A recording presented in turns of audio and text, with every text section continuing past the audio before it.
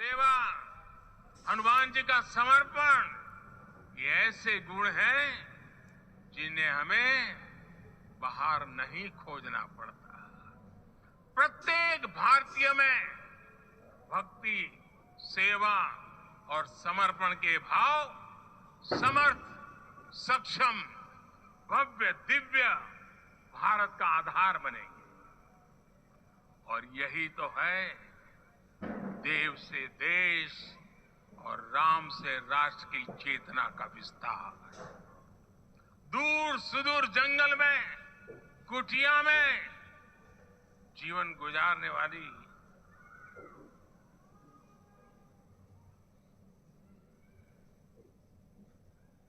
मेरी आदिवासी मां शबरी का ध्यान आते ही अप्रतिम विश्वास जागृत होता है। मां शबरी तो कब से कहती थी राम आएंगे।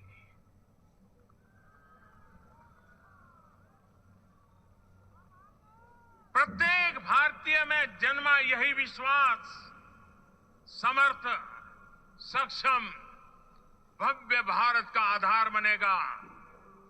और यही तो है देव से देश और राम से राष्ट्र की चेतना का विस्तार। हम सब जानते हैं कि निषाद राज की मित्रता सभी बंधनों से परे है। निषाद राज का राम के प्रति सम्मोहन, प्रभु राम का निषाद राज के लिए अपनापन कितना मौलिक है। सब अपने हैं, सभी समान है। प्रत्येक भारतीय में अपनत्व की, बंधुत्व की ये भावना समर्थ, सक्षम, भव्य, दिव्य भारत का आधार बनेगी। और यही तो है देव से देश। आज देश में निराशा के लिए रत्ती भर भी स्थान नहीं है। मैं तो बहुत सामान्य हूं, मैं तो बहुत छोटा हूं। अगर कोई ये सोचता है तो उसे गिलहरी के योगदान को याद करना चाहिए।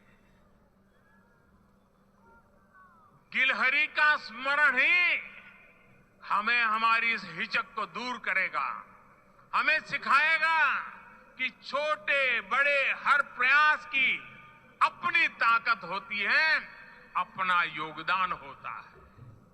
और सबके प्रयास की यही भावना समर्थ, सक्षम, भव्य, दिव्य भारत का आधार बनेगी। और यही तो देव से देश और राम से राष्ट्र की चेतना का विस्तार। साथियों, लंकापति रावण प्रकांड ज्ञानी थे, अपार शक्ति के धनी थे, लेकिन जटायु जी की मूल्य निष्ठा देखिए। वे महाबली रावण से भिड़ गए। उन्हें भी पता था कि वो रावण को परास्त नहीं कर पाएंगे, लेकिन फिर भी उन्होंने रावण को चुनौती दी। कर्तव्य की यही पराकाष्ठा समर्थ, सक्षम, भव्य, दिव्य भारत का आधार है। और यही तो है देव से देश और राम से राष्ट्र की चेतना का विस्तार। आइए हम संकल्प लें कि राष्ट्र निर्माण के लिए हम अपने जीवन का पल पल लगा देंगे। राम काज से राष्ट्र काज, समय का पल पल, शरीर का कण कण राम समर्पण को राष्ट्र समर्पण के ध्येय से जोड़ देंगे।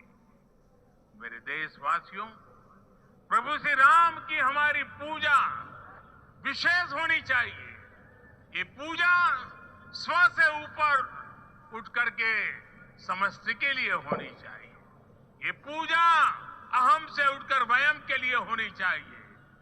प्रभु को जो भोग चढ़ेगा वो विकसित भारत के लिए हमारे परिश्रम की पराकाष्ठा का प्रसाद भी होगा। हमें नित्य पराक्रम, पुरुषार्थ, समर्पण का प्रसाद प्रभु राम को चढ़ाना होगा। इनसे नित्य प्रभु राम की पूजा करनी होगी, तब हम भारत को वैभवशाली और विकसित बना पाएंगे। मेरे प्यारे देशवासियों, ये भारत के विकास का अमृत काल है। आज भारत युवा शक्ति की पूंजी से भरा हुआ है, ऊर्जा से भरा हुआ है। ऐसी सकारात्मक परिस्थितियां फिर न जाने कितने समय बाद बनेगी। हमें अब चूकना नहीं है, हमें अब बैठना नहीं है। मैं अपने देश के युवाओं से कहूंगा, आपके सामने हजारों वर्ष की परंपरा की प्रेरणा है। आप भारत की उस पीढ़ी का प्रतिनिधित्व करते हैं जो चांद पर तिरंगा लहरा रही है। वो 15 लाख किलोमीटर की यात्रा करके सूर्य के पास जाकर मिशन आदित्य को सफल बना रही है। जो आसमान में तेजस और सागर में विक्रांत का परचम लहरा रही है।